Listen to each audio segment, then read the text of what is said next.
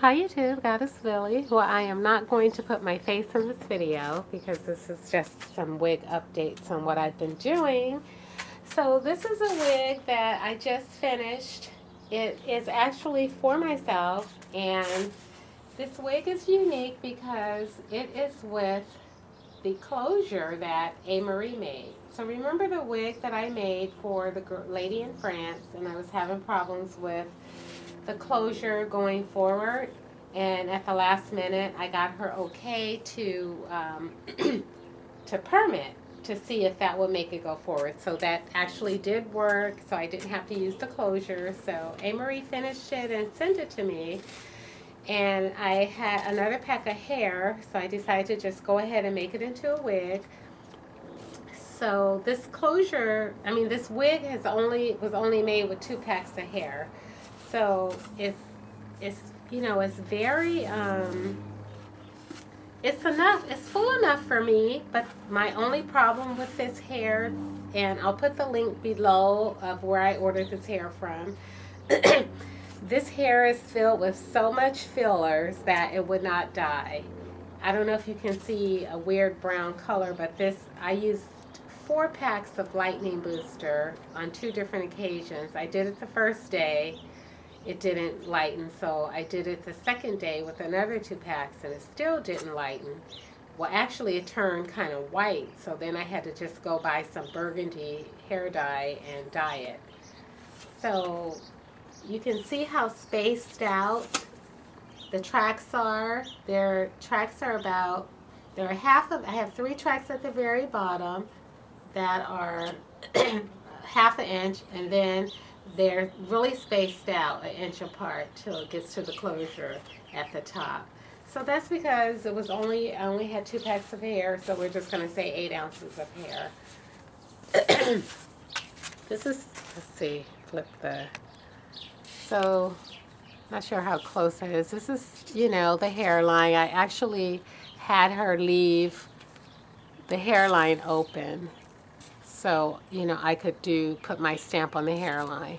And since this is a full wig and it's for me, what I normally do to cover the edge, once I put my stocking cap on and I gel my edges down, I take my pointed edge of the comb and I pull a little bit of my hair, my natural hair, out to cover that hairline. This is how you're going to have to cover the hairlines if you are not wearing, your wig forward, and if you're not gluing it down. These lace wigs are really made to be glued down or use tape. Sometimes if I'm going out, I will put some tape across my forehead and tape it down.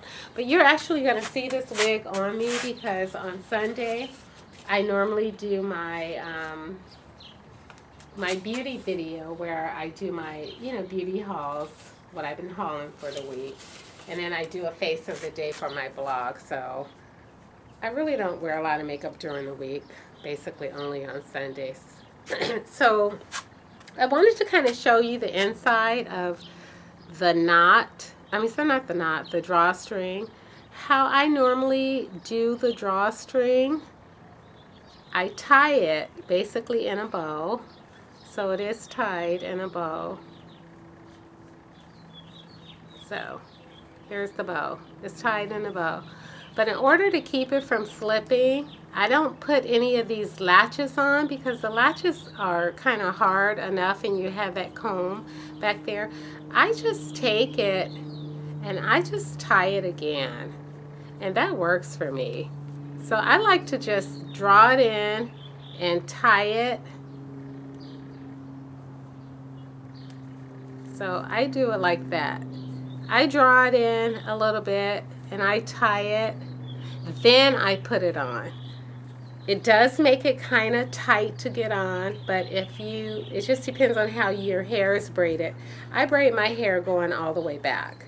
So I have a big hump of braids back here. So naturally when I'm putting the wig on, I have to get in there and push it down and stick my braids up. I have to work to pull it down over my big hump in the back. But if you braid your braids, in between so it's nice and flat, just draw it in and tie it before you put it on. And it's not even really drawn in that tight, but you know, you can get a lot of gather there. See all that gather? But I haven't even, you know, put it on and drew it in for me to fit my head. Your wig is always going to be a little loose, you know, even though it's measured to fit. See how small this is? It's actually, my circumference is 21.5, so it's actually 21.5. But because we're dealing with a stretchy lace, see this, how this lace stretches? It stretches.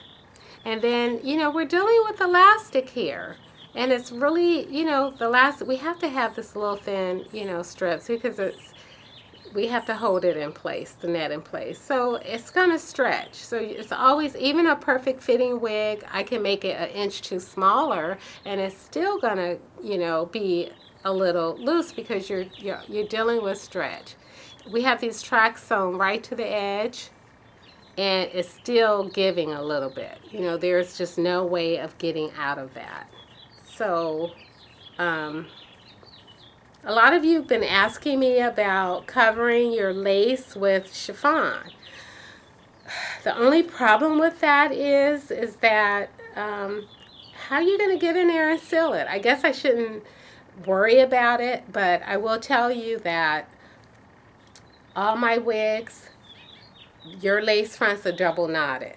The closures are not double knotted. You can pay me extra if you want double knotting. You can just add $100 onto the amount of the closure and I'll be happy to double knot all your closures. So I just wanted to get that out going forward, that the wigs are really important. It's what I like to focus on. And if you're ordering a wig from me, I want that wig to last, so it will be double knotted. Okay, so you'll actually see this wig on me on Sunday when I make my beauty haul video. So you'll see, and I'll show you how I camouflage the edge. These birds are going crazy out here, and that's because they say it's mating season, so they're doing their mating calls. This wig right here, this is a lace frontal that I'm making for a client in Australia. I wanted you to see where I am at with it. It's a 5x6, so I still have the front to go in the middle. So the back, basically, I probably did about, let's see, I'll say 2.5 inches. So that's the inside of the back. So just to give you an idea of, you know, how much work I completed. So the whole back's done. And I'm not really used to ventilating these huge closures. The largest one I make usually is a 4x4. So, you know, these large closures, they take longer, and you know, I have to, you know, I go light, medium, and thick. And that's my MO for the closures. I know you guys say I want light to medium. You're going to always have around the edge and in the back, it needs to be thick, you know, because the closure's going to shed, and you want to make sure you have enough hair in there, you know, to have it for at least a year before it all sheds out. So anyway, that's basically how I do it. So this is, you know, it's kind of pinned a little differently, but you can kind of get the idea of where I'm at. And you wanted to see if the curls, you know, were going to really loosen up. I tried to wet it. I didn't wet it that good. It's really dry up here. I will thin it out a little bit in here too, but as I get to the smaller needles, it's actually going to flatten up, so you're not going to have to worry about that. And of course, I emailed you because I didn't have enough hair. This is what I have left, so you're sending me more hair, so it's just going to probably be another week. And I had something else I wanted to say. Oh, I think I wanted to mention, I forgot. I talked about the fabric that you guys wanted up here, and I wanted to, oh, I guess I should say, in order to put fabric up here, I would have to put, you know, a ribbon or something. I don't know. I'd have to figure it out. I've never made a closure or a wig where you ask for fabric, the tulle or whatever it is, chiffon, and I have to find some that doesn't ravel and something that I could attach, sew onto the lace and then bend it under, because it's going to have to be machine sewn on. So this is getting into another type of wig. This is more getting into, you know, a wig that you really don't want to glue down, but you just basically want like a wig that you buy at the store. And I specialize in lace front wigs, basically for women that, you know, want a natural hairline. They're either using a little bit of glue to glue it on and take it off at night. You know, I specialize in removable wigs. And sometimes I will put a little tape on mine across the forehead and tape it down if I'm, you know, going to a function or something. But usually around the house, I don't tape it down. But basically, to camouflage that hairline, either you're going to have to pull your hair over it or tape it down.